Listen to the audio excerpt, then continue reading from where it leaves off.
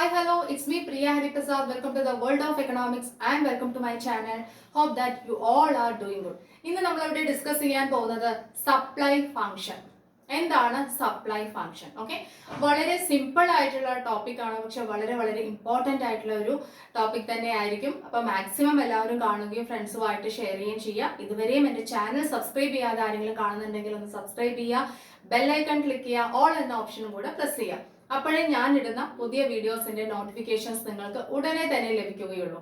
Okay, then come, let's learn together. Let's begin the class. Supply function.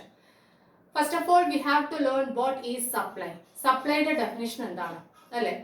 Quantity of a commodity offered for sale in the market. Quantity of a commodity offered for sale in the market.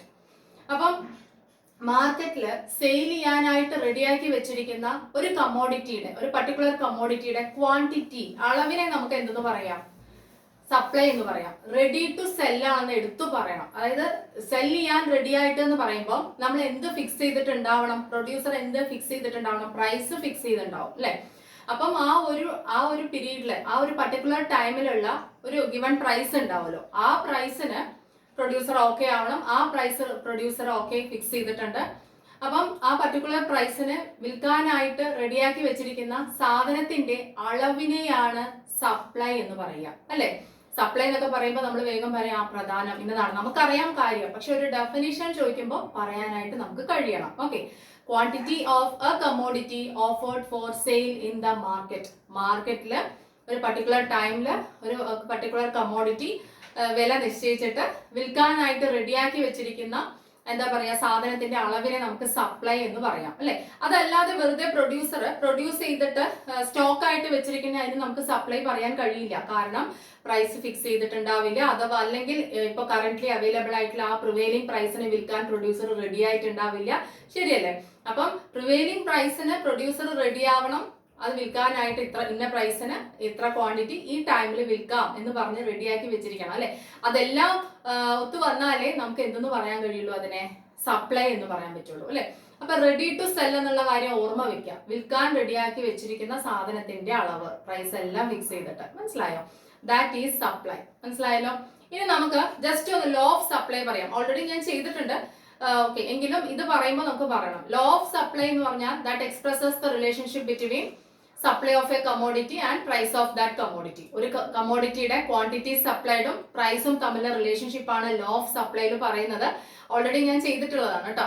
Okay, അപ്പം അതൊരു direct relationship ആണ്. ആരൊക്കെ തമ്മിൽ? പ്രൈസും സപ്ലൈയും തമ്മിൽ direct relationship ആണ്. എന്ന് വെച്ചാൽ higher the price, higher the quantity supplied and lower the price, lower the quantity supplied അല്ലെ? അതായത് പ്രൈസ് കൂടിയാൽ സപ്ലൈ കൂടും, പ്രൈസ് കുറഞ്ഞാൽ സപ്ലൈ കുറയും. ഡയറക്റ്റ് റിലേഷൻഷിപ്പ് ആണ്, പോസിറ്റീവ് റിലേഷൻഷിപ്പ് ആണ്. അതിന്റെ റീസൺ എന്ന് പറയുന്നത് പ്രൊഡ്യൂസേഴ്സ് അല്ലെങ്കിൽ ഫേംസ് എപ്പോഴാണ് കൂടുതൽ വിൽക്കാൻ റെഡിയാവുക? പ്രൈസ് കൂടുമ്പോൾ. ശരിയല്ലേ? അപ്പൊ പ്രൈസും സപ്ലൈയും തമ്മിൽ ഡയറക്റ്റ് റിലേഷൻഷിപ്പ് ആണ്, പോസിറ്റീവ് റിലേഷൻഷിപ്പ് ആണ്. അതാണ് ലോ ഓഫ് സപ്ലൈയിൽ പറയുന്നത്. ഇതൊരു ഇൻട്രൊഡക്ഷൻ ആയിട്ട് ഞാൻ പറയുകയാണ്. Already supply law of supply ഞാൻ ചെയ്തിട്ടുണ്ട്, പ്ലേലിസ്റ്റിലുണ്ട്, കാണാത്തവര് കാണണം. ഇനി നമുക്ക് നമ്മുടെ ടോപ്പിക്കിലേക്ക് വരാം. എന്താണ് സപ്ലൈ ഫംഗ്ഷൻ? അപ്പൊ നമുക്കറിയാം സപ്ലൈനെ ഡിറ്റർമിൻ ചെയ്യുന്ന കുറച്ച് ഫാക്ടേഴ്സ് ഉണ്ടാവും അല്ലെ?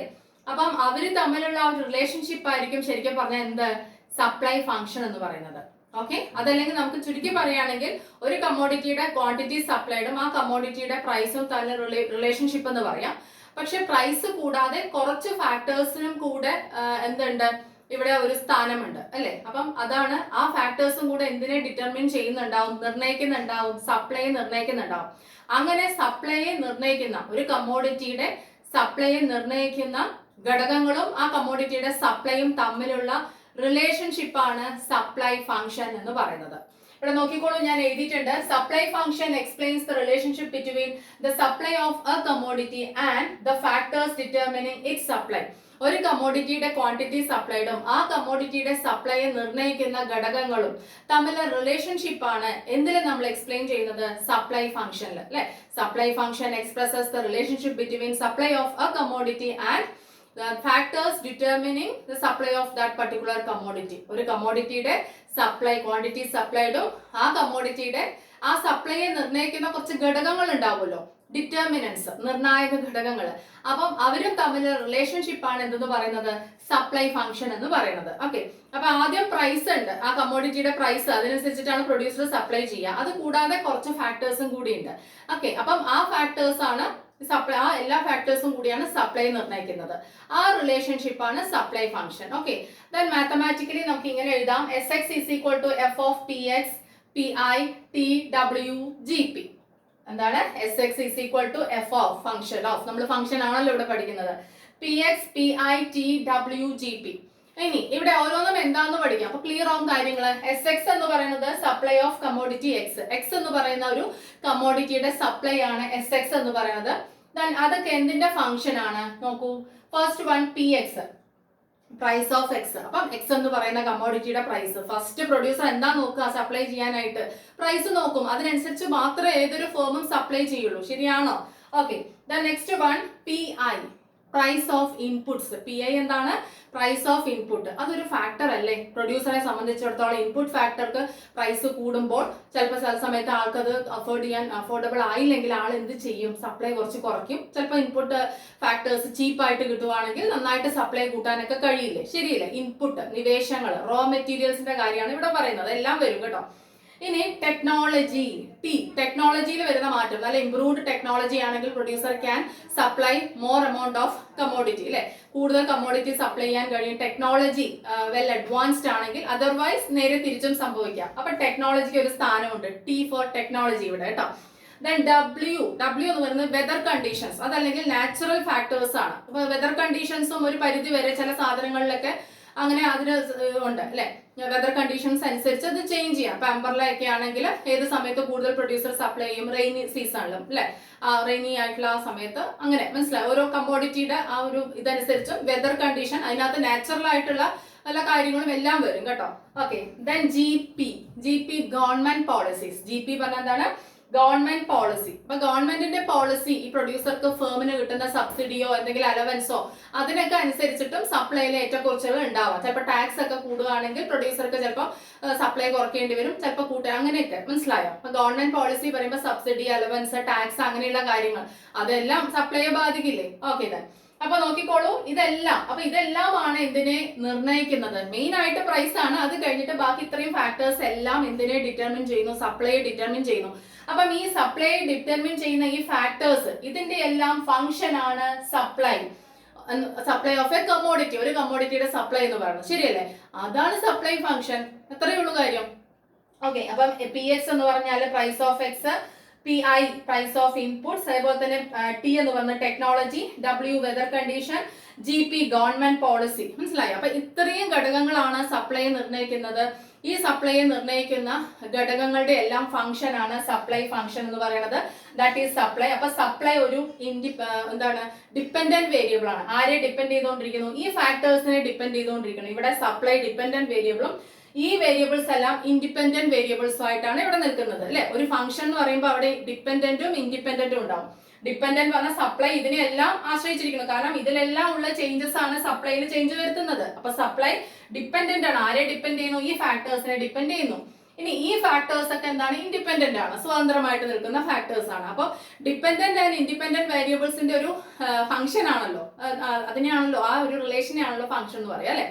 ഓക്കെ, അപ്പൊ മനസ്സിലായല്ലോ. സപ്ലൈ ഫംഗ്ഷൻ എന്ന് പറഞ്ഞാൽ ഫസ്റ്റ് പ്രൈസ് ആണ്, പക്ഷെ എങ്കിലും പ്രൈസും ഒരു കമ്മോഡിറ്റിയുടെ പ്രൈസും അത് കൂടാതെ കുറെ ഘടകങ്ങളുണ്ടല്ലോ, ഇതെല്ലാം കൂടെ സപ്ലൈയെ നിർണ്ണയിക്കുന്നു. അപ്പം ഈ ഘടകങ്ങളും ഒരു കമ്മോഡിറ്റിയുടെ സപ്ലൈയും തമ്മിലുള്ള റിലേഷൻഷിപ്പ് ആണ് സപ്ലൈ ഫംഗ്ഷൻ. നന്നായിട്ട് ശ്രദ്ധിച്ച് കേൾക്കണം കേട്ടോ. ഓക്കെ, ഇനി നോക്കിക്കോളൂ. അത് കൂടാതെ, ഇതെല്ലാം കൂടാതെ ഇനിയും കുറച്ച് ഫാക്ടേഴ്സും കൂടെ, ഒരു 3 ഫാക്ടേഴ്സും കൂടെ എനിക്ക് പറയാനുണ്ട്. എന്തിനകത്താണ് ഇന്ന് നമ്മൾ പറയുന്നത്, ഡിറ്റർമിനൻസ് ഓഫ് സപ്ലൈ. ഇനി എക്സാമിന് ഡിറ്റർമിനൻസ് ഓഫ് സപ്ലൈ ചോദിക്കുകയാണെങ്കിൽ നിങ്ങൾക്ക് ഈ ഫാക്ടേഴ്സ് എല്ലാം എഴുതാം. ഏതൊക്കെയാണ്? Price of X, price of, അതായത് price of that good, then ഇൻപുട്സിന്റെ price, technology, weather condition or natural situations, government policy, ഇതെല്ലാം പറയാം. അതിന്റെ കൂടെ ഒരു 3 പോയിന്റും കൂടെ ആഡ് ചെയ്താൽ സപ്ലൈയെ ഡിറ്റർമിൻ ചെയ്യുന്ന ഫാക്ടേഴ്സ് എല്ലാം കംപ്ലീറ്റ് ആവും. അത് ഏതൊക്കെയാന്ന് നോക്കിക്കോളൂ. ഒന്ന്, പ്രൈസ് ഓഫ് റിലേറ്റഡ് ഗുഡ്സ്. നമ്മൾ ഡിമാൻഡിൽ പറഞ്ഞ പോലെ തന്നെ റിലേറ്റഡ് ഗുഡ്സ്, സബ്സ്റ്റിറ്റ്യൂട്ട്സും കോംപ്ലിമെന്ററി, അങ്ങനെ 2 ഗുഡ്സ് ഒക്കെ ഇല്ലേ? ഇപ്പൊ സബ്സ്റ്റിറ്റ്യൂട്ട് ഗുഡ്സ് ആണെങ്കിൽ ടീ ആൻഡ് കോഫിയുടെ കാര്യം എടുക്കുക, അല്ലെ?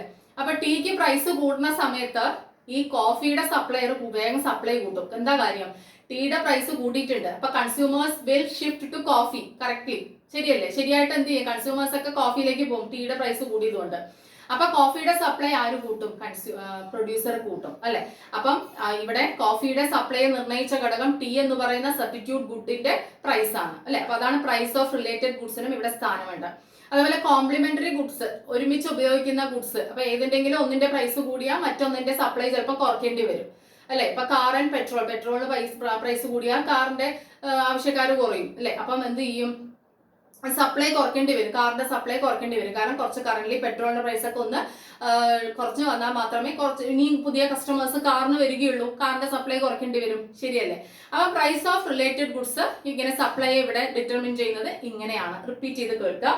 എന്നാൽ നമ്പർ ഓഫ് ഫേംസ് ഇപ്പൊ സെയിം പ്രോഡക്റ്റ് പ്രൊഡ്യൂസ് ചെയ്യുന്ന ഒരുപാട് ഫേംസ് ഉണ്ടെങ്കിൽ എന്താ പറയാ, പ്രൊഡ്യൂസർക്ക് സപ്ലൈ അതിനനുസരിച്ച് അഡ്ജസ്റ്റ് ചെയ്യേണ്ടി വരും. ഇനി അങ്ങനെ ഒരുപാട് ഫേംസ് ഇല്ല, നമ്മുടെ പ്രോഡക്റ്റ് ഇപ്പൊ ഞാനൊരു പ്രൊഡ്യൂസർ ആണെങ്കിൽ ഞാൻ പ്രൊഡ്യൂസ് ചെയ്യുന്ന സെല് ചെയ്യുന്ന ആ പർട്ടിക്കുലർ പ്രോഡക്റ്റിന് ഒരുപാട് ഫേംസ് കോമ്പറ്റീറ്റേഴ്സ് ആയിട്ട് ഇല്ലെങ്കിൽ എനിക്ക് സപ്ലൈ കൂട്ടാം, അങ്ങനെ ചെയ്യാം. അഥവാ നമ്പർ ഓഫ് ഫേംസ് കൂടുകയാണെങ്കിൽ ഞാൻ കുറച്ച് എന്ത് ചെയ്യേണ്ടി വരും? സപ്ലൈ കുറയ്ക്കേണ്ടി വരും അല്ലെ? അപ്പൊ അത് നമ്പർ ഓഫ് ഫേംസ് അതും ഡിറ്റർമിൻ ചെയ്യുന്നുണ്ട്.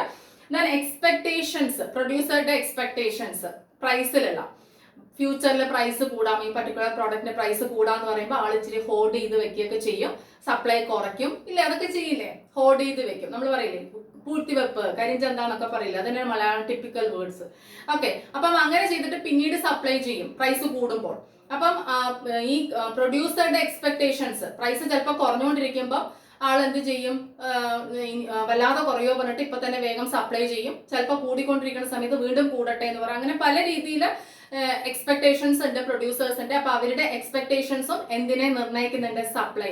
അപ്പം ഒരു കമ്മോഡിറ്റിയുടെ സപ്ലൈയെ നിർണ്ണയിക്കുന്ന ഘടകങ്ങൾ എന്തൊക്കെയാണെന്ന് ചോദിച്ചാൽ പ്രൈസ്, ആ കമ്മോഡിറ്റിയുടെ പ്രൈസ്, ഇൻപുട്ടിന്റെ പ്രൈസ്, അത് പ്രൊഡ്യൂസ് ചെയ്യുന്ന ഇൻപുട്ടിന്റെ price, technology, weather condition, government policy. Besides that എന്താണ്? Price of related goods, substitutes and complementary goods, number of firms, expectations regarding price of പ്രൊഡ്യൂസേഴ്സിന്റെ എക്സ്പെക്ടേഷൻസ്. ഈ കാര്യങ്ങളെല്ലാം എന്തിനെ നിർണ്ണയിക്കുന്നുണ്ടെന്ന് നമുക്ക് പറയാം? സപ്ലൈയെ നിർണ്ണയിക്കുന്നുണ്ട്. മനസ്സിലായോ? അപ്പൊ നമ്മൾ ഈ ഒരു ക്ലാസ്സിൽ 2 കാര്യങ്ങളാണ് പഠിച്ചത്. സപ്ലൈ ഫംഗ്ഷൻ എന്താണെന്ന് പഠിച്ചു, അതുകൂടാതെ സപ്ലൈയെ ഡിറ്റർമിൻ ചെയ്യുന്ന ഫാക്ടേഴ്സ് എന്തൊക്കെയാണെന്ന് പഠിച്ചു. അപ്പൊ ഒട്ടും കൺഫ്യൂഷൻ വരാതെ 2 പ്രാവശ്യം 3 പ്രാവശ്യം റിപ്പീറ്റ് ചെയ്ത് കേൾക്കുക. എന്തെങ്കിലും ഡൗട്ട്സ് ഉണ്ടെങ്കിൽ അറിയിക്കുക. മാക്സിമം കാണുകയും എല്ലാവർക്കും ഷെയർ ചെയ്യാനും ഒന്ന് ശ്രമിക്കുക. വീണ്ടും ഇതേപോലെ യൂസ്ഫുൾ ആയിട്ടുള്ള ഒരു ക്ലാസ്സുമായിട്ട് നമുക്ക് കാണാം. Thank you, thanks a lot, take care.